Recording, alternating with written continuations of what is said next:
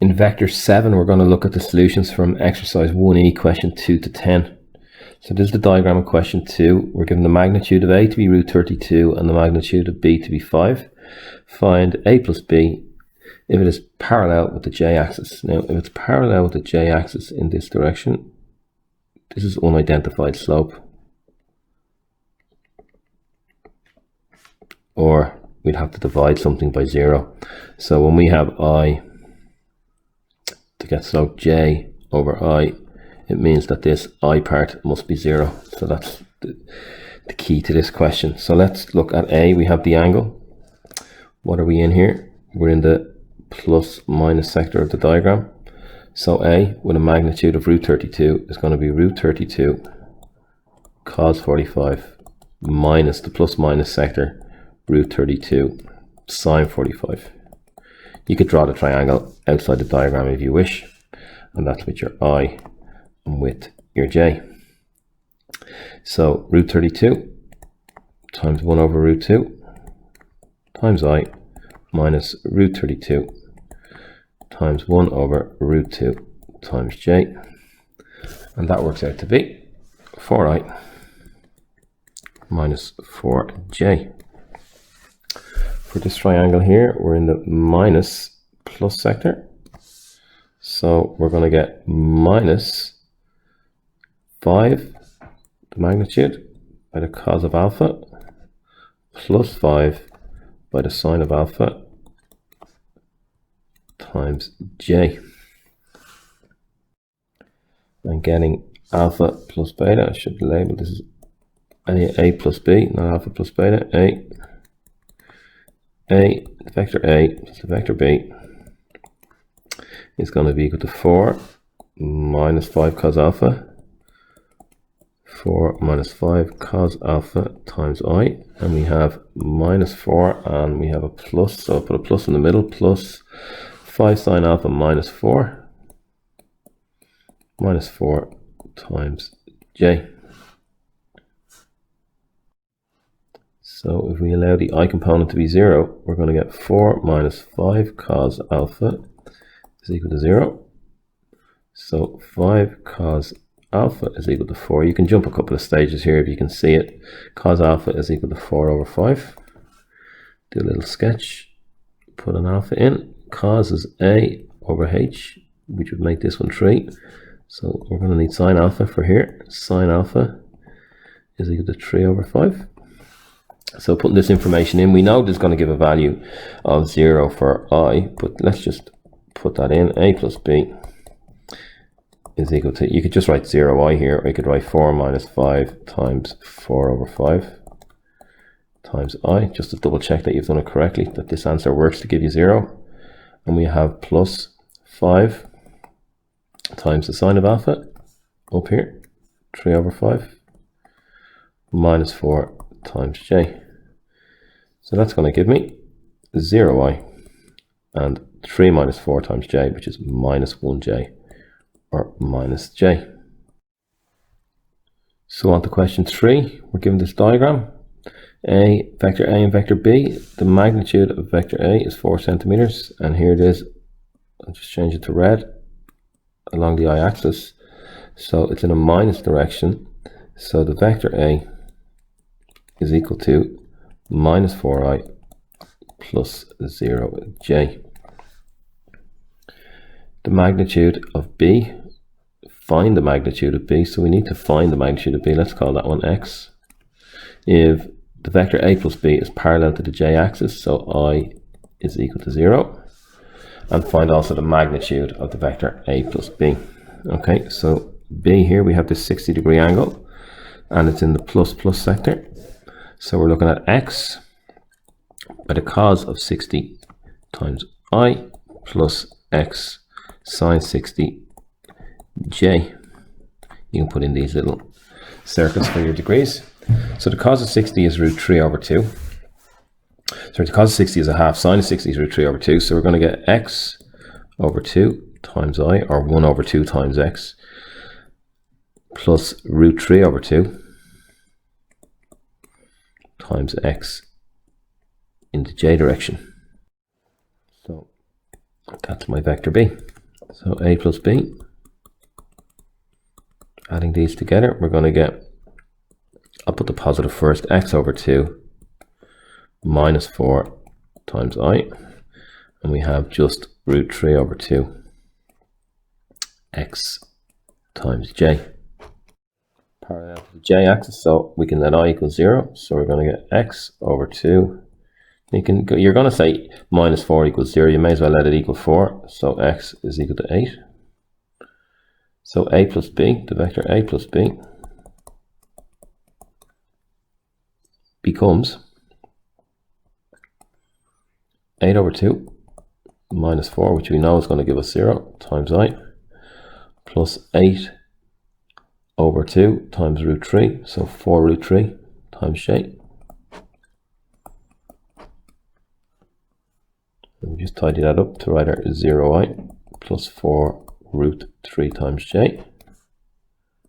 And the questions we were asked, find the magnitude of b, which we let equal x. So x is equal to 8, so the magnitude of b is equal to 8. And we were asked to find also the magnitude of the vector a plus b. Well, it's the square root of 0 squared plus 4 root 3 to be squared. So the magnitude of a plus b, and we have 1 0 in there, is just 4 root 3.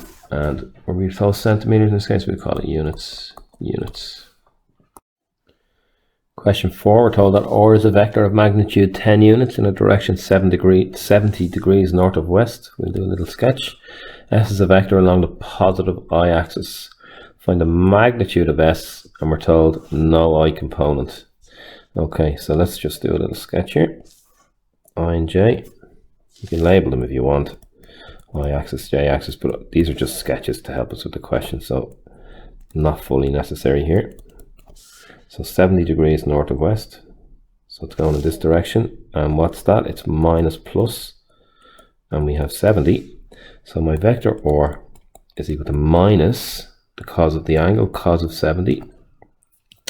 And we're actually told the magnitude as well, 10, so minus 10 cos of 70 in the I direction, and it's plus 10 sine 70 in the J direction. So this is calculator use, unless you have learnt off the formula booklet. So minus 3.42, I'll round these to 2 decimals, minus 3.42 times I plus 9.4 is 397, actually 9.4 we'll call it.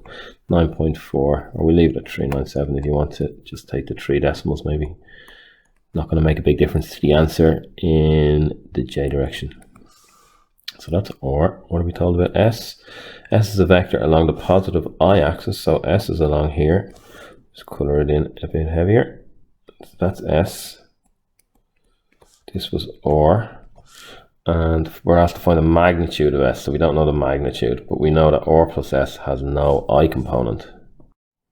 So magnitude of S, let's call it X again, and it's just in the positive I axis, so it has no J, so it's just S is going to be equal to X times I plus 0J. So now we want to look at S plus or plus S, either one. Or plus S is equal to, now it could be, we could start with the minus 3.42, but I do like to start with the positive one in the bracket. X minus 3.42 times I plus 9.397 times J. So no I component, so if there's no I component, this is equal to 0, or X is equal to just 3.42, or X minus 3.42 is equal to 0. So X is equal to 3.42, which was the magnitude of S. So we can say the magnitude of S is equal to 3.42. And we asked for anything else? No, that's it. That's that question. Question 4 done. So question 5, we're given this diagram, and we're told A is a vector of magnitude 10 units. Just change the color, underline 10 units. B is a vector along the negative J axis, which we can see here. And find the value of K if the vector A plus B is equal to K times I, given that tan theta is equal to 3 over 4. Well, tan theta is here. So we're in the positive sector here for A, and the magnitude is 10. So we're going to need cos theta and sin theta. Now, these come up all the time in applied maths. Always do the diagram just in case you get the opposite and adjacent mixed up. Tan is equal to O over A, so 3 over 4. So we can see that cos of theta is equal to A over H, 4 over 5, and sin theta is obviously then equal to O over H, which is 3 over 5. So the vector A is equal to 10 by the cos of theta. I'll just write that out, maybe the start times I plus 10 sin theta times J, which is equal to 10 by 4 over 5. Now you might see that that's equal to 8, but just I think write out each step, plus 10 by the sine of theta, which is 3 over 5 times J. So the vector A is equal to 8I plus 6J. Okay, that's my vector A. Now B is along the negative J axis, and we're told A plus B. Okay, so let's write the vector B. It's 0I minus J. And what's missing here with B is we don't know the magnitude, so let's call that X. So we're asked to find the value of K if the vector A plus B is equal to K times I. Okay, let's add these two together. A plus B is equal to these two, 8I plus 6 minus X times J. And we're told that this is also equal to K times I. So you can see here that K would have to be 8. And there's a 0J here, so X would have to be equal to 6. So you can see these questions start to get a bit repetitive. When they start to get a bit repetitive and you think, oh, I've done enough of these, then you're getting good at them. So you could jump from 5 if you wanted. There's 10 questions, maybe do 9 and 10, but I'll do the solutions for the others as well, just in case you want to practice them all. In question 6, we're given this diagram where the black angle is the big angle for P, and the red angle is the small angle for Q, alpha and beta. P is a vector of magnitude 35. Q is a vector of magnitude 13, and we're given the tan of the angles, so we need to work out the cos and sine. So again, do a little triangle. Alpha, 4 over 3, gives this as a 5. Cos of alpha is equal to 3 over 5, and the sine of alpha is equal to 4 over 5. For beta, we're given the tan of beta is 5 over 12, another one of these Pythagorean triples that you've seen loads of times at junior cert, opposite over adjacent, leaving 13 for hypotenuse. Cos alpha is equal to 12 over 13, and sine alpha is equal to 5 over 12. So my vector P has a magnitude of 35. They're both in the positive section. So we've got 35 by cos alpha. You could just write 3 over 5, but I'm going to just do it in long form so you can see it, plus 35 by the sine of alpha in the j direction. So 35 by 3 over 5 times I, plus 35 times 3 over 5 times j. So that gives me with 7 by 3, 35 divided by 5 is your 7. 7 by 3, 21 in the I direction. No, I've put 3 over 5 in for both. That should be 4 over 5. You're all identifying that. Plus 7 by 4, which is 28 in the j direction. So that's my vector P. We get my vector Q, and then we look to see what we asked for. I didn't write down the full question. We'll get Q first, and then we'll look for what we were asked for. So my vector Q, magnitude 13, so it's 13 by 12 over 13. I'll just shorten this one, times I. So my cos alpha and my sine alpha for Q, plus 13 by 5 over 12 in the j direction. So that leaves me with, you're all seeing here, this should be a 13 obviously. 13, you can identify your mistakes. Obviously the hypotenuse has to be the same on both, so that leaves me with 12i plus 5j for q. Part 2 of the question, show that the vector p plus q makes an angle of 45 degrees with the y-axis. So the vector p plus q is equal to 21 plus 12. Now these will have to be the same value if it's going to be a 45 degree angle. Plus we have 28 and 5, so they're both going to give 33. You can see that. 28 plus 5 in the j direction, which is equal to 33i plus 33j. And theta, the angle, is equal to the inverse tan of your j component over your I, 33 over 33, which is equal to 45 degrees. So that is that one proven. Question 7, we're told, or is a vector of magnitude 10 in a direction 70 degrees north of west, and s is a vector in a direction 10 degrees north of east. Find the magnitude of s. We don't have the magnitude of s, we'll call this x again. Correct the 1 decimal place. Obviously with these angle sizes we're going to be looking at the calculator using decimals rather than the angles that we know. So let's do a sketch. North of west, again, we've seen this before. North of west is in here. So it's negative, positive. My angle size is 70. This is my vector r.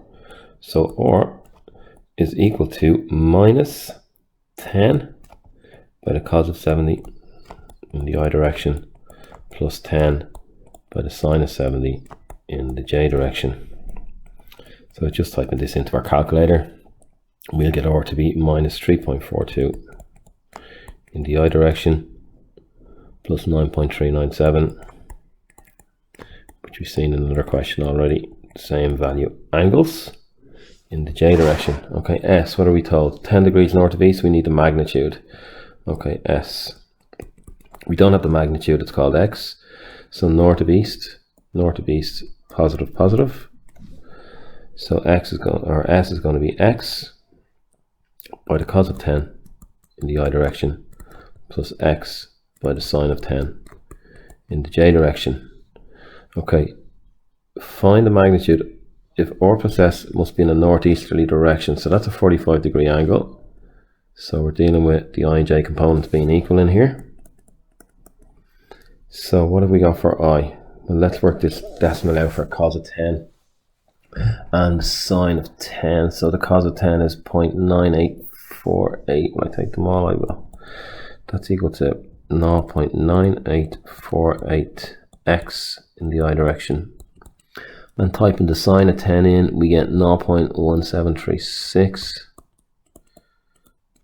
times x in the j direction. So r plus s is equal to, in the I direction, 0.9848x minus 3.42. Not in the j direction, in the I direction. And in the j direction, I have these two, 9.397 plus 0.1736x, and that's in the j direction. So these two things must be equal. So just let them equal each other. 0.9848x minus 3.42 is equal to 9.397 plus 0.1736x. So you could just take this one, take away this one, equals this one plus this one, and then divide by your answer. So on a calculator, we can see that x is going to be equal to these two numbers added together. Just move my equal sign down a bit. 9.397 plus 3.42. So doing it in one step, I have to divide by this number minus this number. So you can just put that down rather than having to write too many stages. That's x. And typing this into a calculator, we're going to get x to be 15.8. So that is, what do we call x? The magnitude of s. The magnitude of s would have to be 15.8. So that's question 7. In question 8, really straightforward. Show p and q are of equal magnitude. The magnitude of p is equal to the square root of 8 squared plus 1 squared, which is equal to root 65. And the magnitude of q is equal to the square root of 7 squared, 49, plus 4 squared, 16, which is also equal to root 65. So that's part 1. Done. Part 2, show they're not perpendicular. Well, we know with slopes, the product of the slopes equals -1. If they are perpendicular, so we have to show that that's not the case. So p, the slope of p, is equal to this 1 over this 8. Let's just check for positive and negative slopes. P, 8i plus j is approximately there, so we can see that's a positive slope, and q is -7i plus 4j, which is approximately here, which is, we can see coming in this way, is a negative slope. So the slope of p is 1 over 8, and q, slope of q is -4 over 7. 1 over 8 multiplied by -4 over 7 is equal to -4 over 56. That does divide evenly. 1, 14 minus 1 over 14. So therefore, that is not equal to 1. Therefore, not perpendicular. Question 9, we're told if 7i plus j and p times i plus j have equal magnitude, where p is an element of real numbers and p is greater than 0, find the value of p. Okay, so we're dealing with magnitude. Magnitude of this one, square root of 7 squared, 7 to the power 1, 7 squared, plus 1 squared, thinking of the 1, which is equal to root 50. The magnitude of pi plus pj is equal to the square root of p squared plus p squared, which is equal to the square root of 2p squared. Squaring across is going to give me 50 is equal to 2p squared. So p squared is 25. So p is equal to, well, it will be plus or minus 5, but in this case, p is greater than 0. So p is equal to 5. Nice straightforward question. On to the last, number 10. Question 10. A is a vector of magnitude 10. Direction 80 degrees north of east. North of east, positive, positive. B is a vector such that b is equal to ki.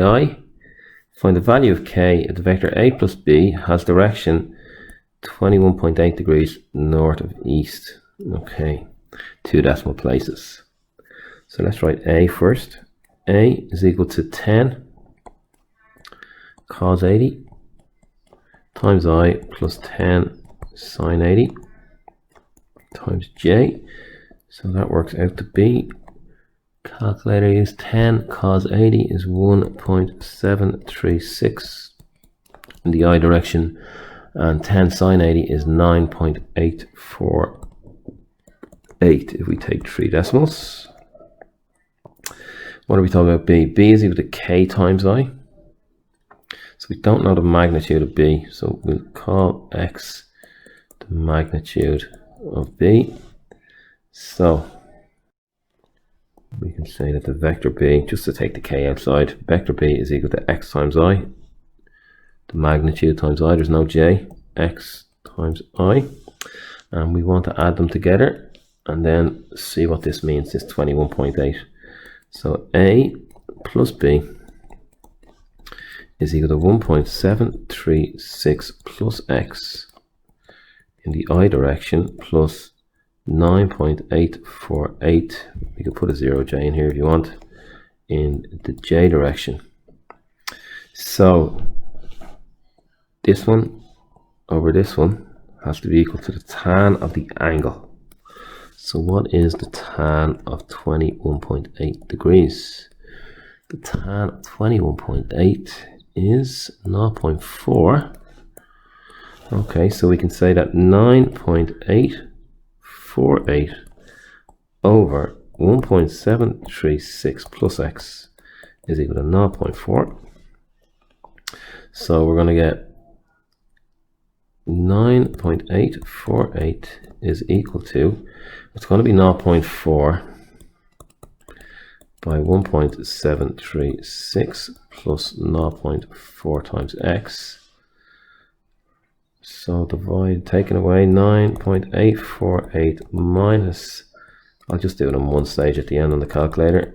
I'd find that easier. So that one goes across that way, take it away, and that's going to be equal to 0.4x. So to get rid of 0.4, we're going to divide across. And if we type this into a calculator in one step, rather than using the calculator too much, we are going to get x to be 22.88. So that's the end of vectors. We're going to move on next to projectiles. So master your vectors before we move on to projectiles.